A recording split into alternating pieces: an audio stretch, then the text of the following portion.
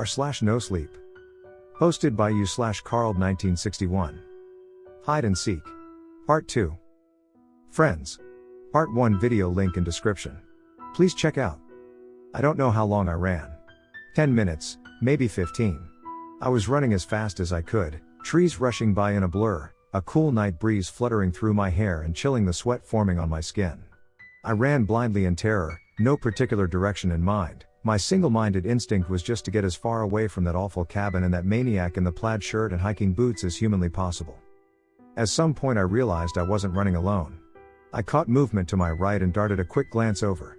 Warren was running about 10 feet away, almost parallel to me, his face set in an expression of panicked desperation. He didn't seem to acknowledge me at all. I didn't see any sign of the others. I assumed they had scattered in all directions, to different parts of the woods. Me and Warren ran side by side for a while, like neck-and-neck contestants in a marathon. Eventually Warren pulled ahead of me some and I fell behind a couple paces. We must have run for at least a couple miles. Then, without any warning, Warren suddenly smashed into something in front of him and fell backwards with a cry that was half surprise, half pain. I came to a halt and paused for a moment to catch my breath, gulping in the cool night air, my lungs aching, my heart pounding wildly.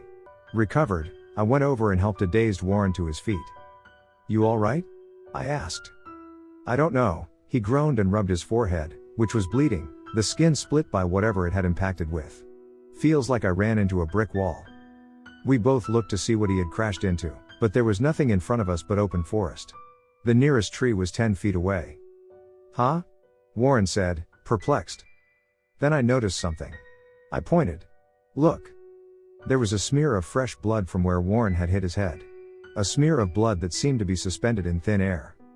"What the fuck?" Warren whispered in confusion and astonishment. He reached out a tentative hand and cautiously pushed it forward, only for it to stop against some invisible obstruction. I felt it myself, pushing against it with all my might. It was as solid as granite and as smooth as polished glass. I stood on the tips of my toes, stretching my arms up as high they could, but the invisible barrier extended beyond my reach. "Man, what the fuck is this shit?" Warren asked me, his voice quivering with disbelief and fear. "It's some kind of force field," I replied numbly, hardly able to believe it myself. "No, that's fucking impossible," he whispered. He pressed both hands against the unyielding invisible wall and felt his way along it for any break, resembling a mime doing an invisible box routine. "It has to end somewhere." I looked around and spotted a big rock on the ground. I hoisted it up and threw it as hard as I could at the barrier. It smashed into it and tumbled to the ground. I felt the area where the rock had hit, but could detect no apparent damage. "Shit," I muttered, then looked to Warren, who was standing 20 feet away, still feeling along the force field. "Any luck?" He shook his head hopelessly and gave up, stepping back. "It just keeps going. It feels a little curved, too. Like a dome in a sci-fi movie." He looked at me, scared. "What the fuck is going on here? This is completely illogical. It's insane." I didn't answer him. I had no answer to give. Warren was right. This defied reality. Being kidnapped by a psychopath who wanted to hunt us through the woods for sport was something I could cope with because, however sick and twisted, it was a realistic scenario. This, however. A tempting voice spoke in my mind. "None of this is real. You're having a nightmare. You'll wake up back in your room and everything will be back to normal." I wanted to believe that was true. But there was only one way to find out. I lifted my index finger to my mouth and bit down hard on the side. A flash of sharp pain. I took my finger away and saw it was bleeding a little. This was no dream. Warren was speaking to me. "Mike, right? What the fuck's happening here? How did that guy do this?" I didn't want to put what I was thinking into words. The thought had been forming in the back of my mind all along, ever since I had witnessed Paul's brutal murder, but it was too horrible, too irrational to bring to the fore. I felt that saying it out loud would give it substance, transform it into something tangible, an actuality that would have to be faced. But not saying it wouldn't make this waking nightmare any less real. I turned to Warren and forced it out. "I don't think he's human. He's some kind of monster. Or demon." "That's nuts," he retorted. "How else do you explain this?" I gestured to the invisible force field in front of us. "Or how he got us out here in the first place. Didn't you see what he did to that guy Paul?" A chilling realization struck me right then. It had been at least 5 minutes since we'd fled the cabin. The game had already begun. That man, that thing, was probably out here right now, looking for us. What the fuck can we do? Warren asked me anxiously. There was nothing we could do.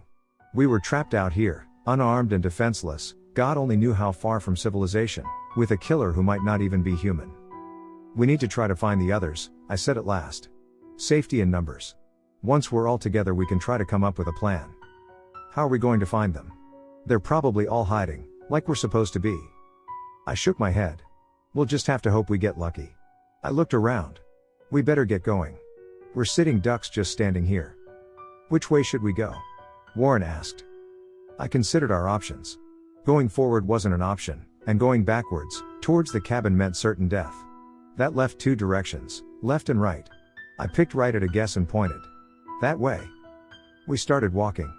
Keep your eyes open for trouble. If you hear or see anything, let me know, I whispered to him, and he nodded.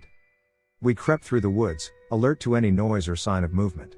It was very dark, the overhead canopy of leaves blotted out most of the moonlight above and neither of us had a flashlight. The only sound was our breathing. I was more scared than I had ever been before in my life. Gradually it dawned on me how unnaturally quiet it was. I listened but could hear no insects or sounds of wildlife. The woods were in a breathless, fearful hush, as if in anticipation of something to come. Warren suddenly came to a halt beside me, tensing.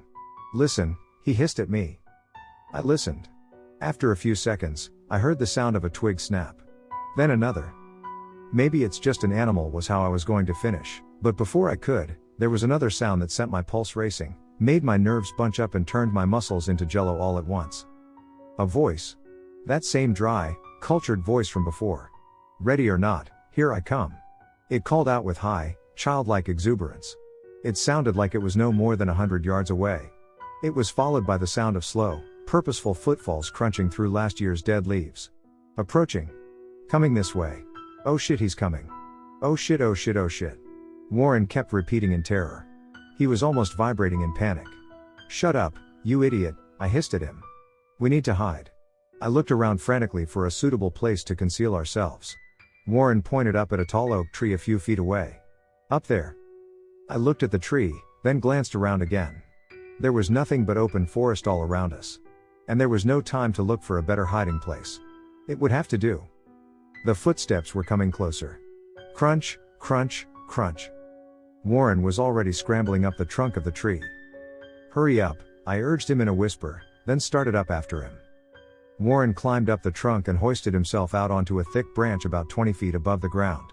I pulled myself up the tree and swung out onto a branch that was perpendicular to and slightly below the one Warren was perched on. I motioned to him to be silent. We sat there in our hiding spots, feet hanging down, waiting, watching the ground below. My heart was pounding like a jackhammer and my skin was slick with sweat. I tried to keep my breathing low and to a minimum. The footsteps got closer. Then, he came into view. He was moving in an unhurried, yet determined stride, like a hunter stalking its prey. He paused for a second, directly under us, looking all around. Don't let him look up, I prayed silently. Oh Jesus, don't let him look up. Come out, wherever you are. He called out in sing-song. He moved out of sight, then moved back in, crossing in the other direction, circling the tree, searching for us. I know you're here somewhere. I can smell you. A single drop of sweat rolled off my chin and fell to the ground about 5 feet away from him. Immediately he raised his head, his nostrils flaring, scenting the air like an animal. Fee fi fo fum, I smell the blood of an Englishman. He intoned in a deep booming voice. He cocked back his head, looking up, directly at me and Warren. Our eyes locked. Those intense, dazzling blue eyes seemed to blaze with hellish merriment. He smiled brightly, with pure, boyish delight. I felt my heart plummet into my midsection.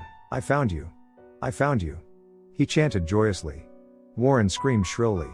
We were trapped. The stranger grabbed the trunk of the tree, seizing it with both arms in a bear hug. I thought he was going to climb up after us. Instead, he began to shake the tree. The oak tree me and Warren were in was huge, its trunk probably at least 6 feet in diameter, but it began to sway violently back and forth as if in a windstorm, the leaves rustling, the branches rattling. Me and Warren were shaken with it. I gripped onto the trunk to keep from falling, making eye contact with Warren, whose face was a rictus of horror. He's trying to shake us out. Hold on, I shouted at him. Then I heard a sound down below that made my blood freeze, a cracking sound. The sound of splintering wood. He wasn't trying to knock us out of the tree, he was trying to knock down the tree itself. And he was succeeding. His strength was monstrous, inhuman. There was another cracking/splintering sound, and the whole tree shuddered, then began to tilt rapidly backwards. Timber. The stranger bellowed jovially on the ground. My stomach lurched queasily as the tree fell, seemingly in slow motion, our orientation swiftly changing as gravity took hold and our elevated position went from vertical to diagonal and finally to horizontal, everything in view passing in a blur. I heard Warren scream. With a deafening crash, the sound of snapping branches and an immense shudder that rattled my bones, we hit the ground. I opened my eyes and looked around. I was still clutching the tree trunk tightly. Slowly, carefully, I pulled myself to my feet, amazed that I was still alive. I took inventory of myself. Apart from a few scrapes and bruises, I seemed to be uninjured. I was lucky I had been on the side of the tree opposite the direction it had fallen in. Then I heard an agonized wail from nearby. I looked around and spotted Warren a few feet away, partially pinned underneath the fallen tree. I went to his side. I could tell he was hurt badly right away. His right arm and leg were both crushed under the trunk and blood was trickling from his mouth. "Help me," he groaned. "Get me out." "I will," I told him. "Just don't worry." I put both hands on the tree and tried to shove it away from him with all my strength, but it was hopeless. The tree was massive and must have weighed several tons. It didn't budge an inch. I tried to think about what I should do next, but before I could come up with something, I heard a sound that triggered some atavistic alarm system in the base level of my brain, rapidly approaching footsteps.